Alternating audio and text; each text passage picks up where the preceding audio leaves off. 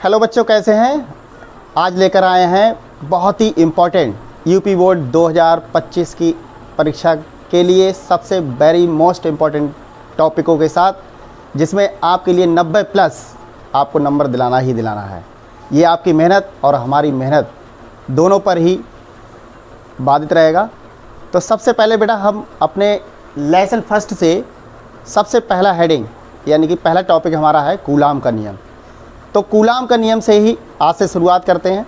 ये आपकी इंटर की परीक्षा 2025 के लिए बहुत ही ज़्यादा महत्वपूर्ण होने वाला है और ये बारी बारी से हम लोग इसको टॉपिक को पढ़ते रहेंगे और आगे ये प्रयास हमारा निरंतर जारी रहेगा और कोशिश यही है कि आपको 90% प्लस नंबर दिलाकर ही रहें।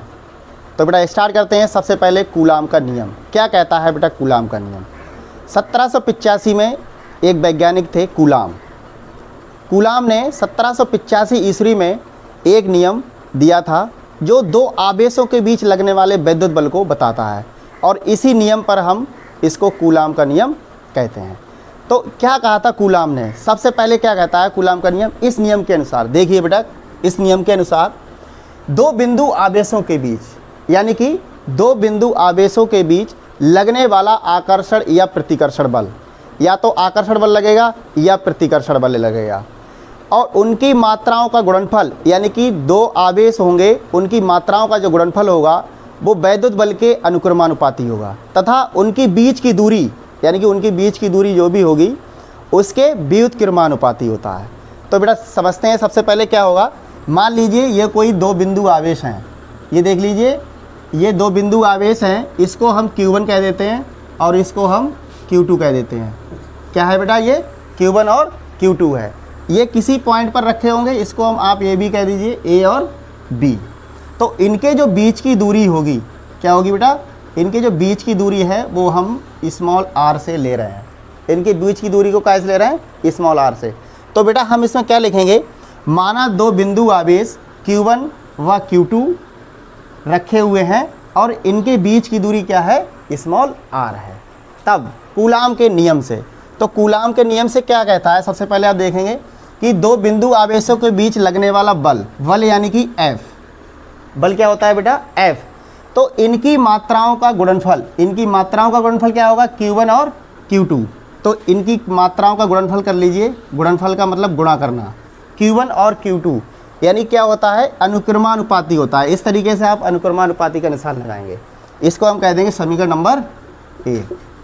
फिर दूसरी कंडीशन क्या कहता है कि लगने वाला आकर्षण या प्रतिकर्षण बल, उनके बीच की दूरी का मतलब यानी कि स्मॉल r दे रखा है बेटा। क्या दे रखा है? Small r। दूरी के वर्ग का मतलब स्क्वायर कर दीजिए और व्युत्क्रम का मतलब होता है उल्टा, यानी कि इसको उल्टा कर दीजिए और फिर क्या होता है? अनुक्रमानुपाती होता है। तो ये हमारी दूसरी कंडीशन हो गई। तो इसे हम कह देंगे समीकरण नंबर 2। ठीक है बेटे। अब हम क्या करेंगे? समीकरण 1 व 2 से, समीकरण 1 व 2 से क्या करेंगे? समीकरण 1 व 2 से। तो बेटा यहाँ पे क्या मिलेगा? अगर हम इसे तुलना करेंगे तो ये कॉमन आ जाएगा, F अनुक्रमानुपाती आ जाएगा और ये Q1 Q2 और ये बटे में R² आ जाएगा। ठीक है। और आप जानते हैं बेटा जब हम अनुक्रमानुपाती हटाते हैं तो यहाँ पर एक कांस्टेंट आ जाता है K। क्या आ जाता है बेटा? K आ जाता है। यही हमारा क्या कहलाता है? कूलाम का नियम कहलाता है। F बराबर K Q1 Q2 बटे R²। यहाँ पर जो K का मान होता है आप देख लीजिए, जो K का मान होगा वो 1/4 पाई ε0 के बराबर होगा। ठीक है। तो आप K की वैल्यू यहाँ लगा दीजिए तो कितना मिलेगा? F बराबर 1/4 पाई ε0 Q1 Q2 बटे R²। यही बेटा हमारा कहलाता है कूलाम का नियम। ठीक है बेटे। ये हमारा बहुत ही इम्पोर्टेंट है इंटर 2025 की परीक्षा के लिए। ये बहुत बार पूछा भी जा चुका है। ठीक है बेटा। अगर इसके मात्रक की अगर हम बात करते हैं तो मात्रक क्या होगा बेटा? आप देख लीजिए ये Q है यानी कि आवेश। Q1 और Q2 क्या है? दो आवेश दे रखे हैं। आवेश का मात्रक क्या होता है? हाँ बेटा क्या होता है? आवेश का मात्रक क्या होता है? आवेश यानी कि इसको हम कूलाम, यानी कि इस तरीके से आप देख भी सकते हैं यानी कि एफ क्या हो गया हमारा बल, यानी कि पूरे की अगर वैल्यू की बात करें तो ये हमारा इसका मात्रक तो न्यूटन निकल के ही आएगा। ठीक है, इसका मात्रक क्या होगा इस तरीके से। अब देख लीजिए इसका यानी कि मात्रक क्या होगा न्यूटन, बल का मात्रक न्यूटन होता है, ये आपने पढ़ भी रखा है। ठीक है बेटा, ये हमारा इस तरीके से कूलाम का नियम सिद्ध हो जाता है। आप इसको स्क्रीनशॉट कर लीजिए।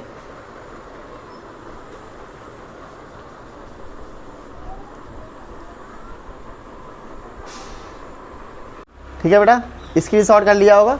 अब आप थोड़ा और देख लीजिए, यानी कि जो 1/4πε0 होता है, यानी 1/4πε0 का जो मान होता है वो 9 × 10⁹ होता है बेटा।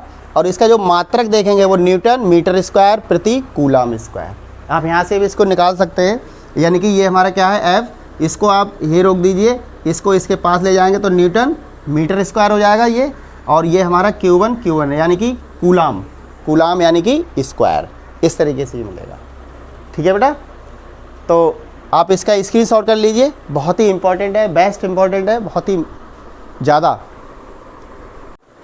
हाँ बेटा, अब नेक्स्ट आज हमारा टॉपिक है वैद्युशीलता का मात्रक। बेटा कैसे निकालेंगे, हम लोगों ने अभी सिद्ध किया था कूलाम का नियम, यानी 1/4πε0 Q1 Q2/r²।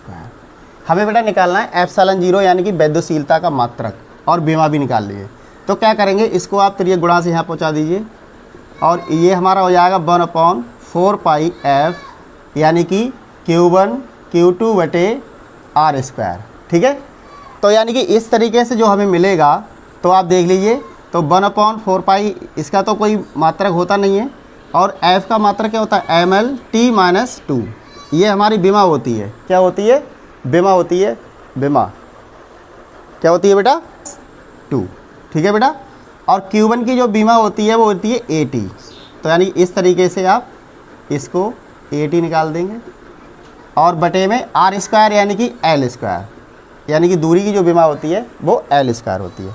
तो बेटा जो हमारी बीमा निकलेगी वो यानी कि अब क्या हो गया, आप देख लीजिए, सबसे पहले m को ऐसे रखिए, फिर 1L ये है, और ये 2 कितने हो गए 3, यानी mL/3 ये हो जाएगी, ऊपर जाके ये क्या हो जाएगा बेटा -3 हो जाएगा। ठीक है, फिर इसके बाद में क्या होगा t ये -2 है, अब ये ऊपर के जाके क्या हो जाएगा +2 हो जाएगा, +2 और एक ये 3 और एक 4, तो यानी कि t कितना हो गया बेटा ये 4 हो जाएगा। अब क्या हो जाएगा, ठीक है, अब इस तरीके से आप क्या करेंगे, अब क्या बचा बेटा a बचा है, a और a, ये कितना हो गया a²। इस तरीके से ये हमारी बीमा निकल के आती है, यानी कि ε0 की जो बीमा होगी वो m⁻⁻1 L⁻3 t⁻4 और a²। यानी इस तरीके से जो हमारी ε0 यानी वैद्युशीलता की बीमा होगी वो इस तरीके से आप लिख सकते हैं। अब इसका बेटा निकालेंगे मात्रक। मात्रक क्या होता है, अब आप देख लीजिए, इसका मात्रक भी देख लीजिए, ये कूलाम है, यानी कि ये हमारा न्यूटन है, न्यूटन को आप ऊपर कर देंगे तो ये न्यूटन।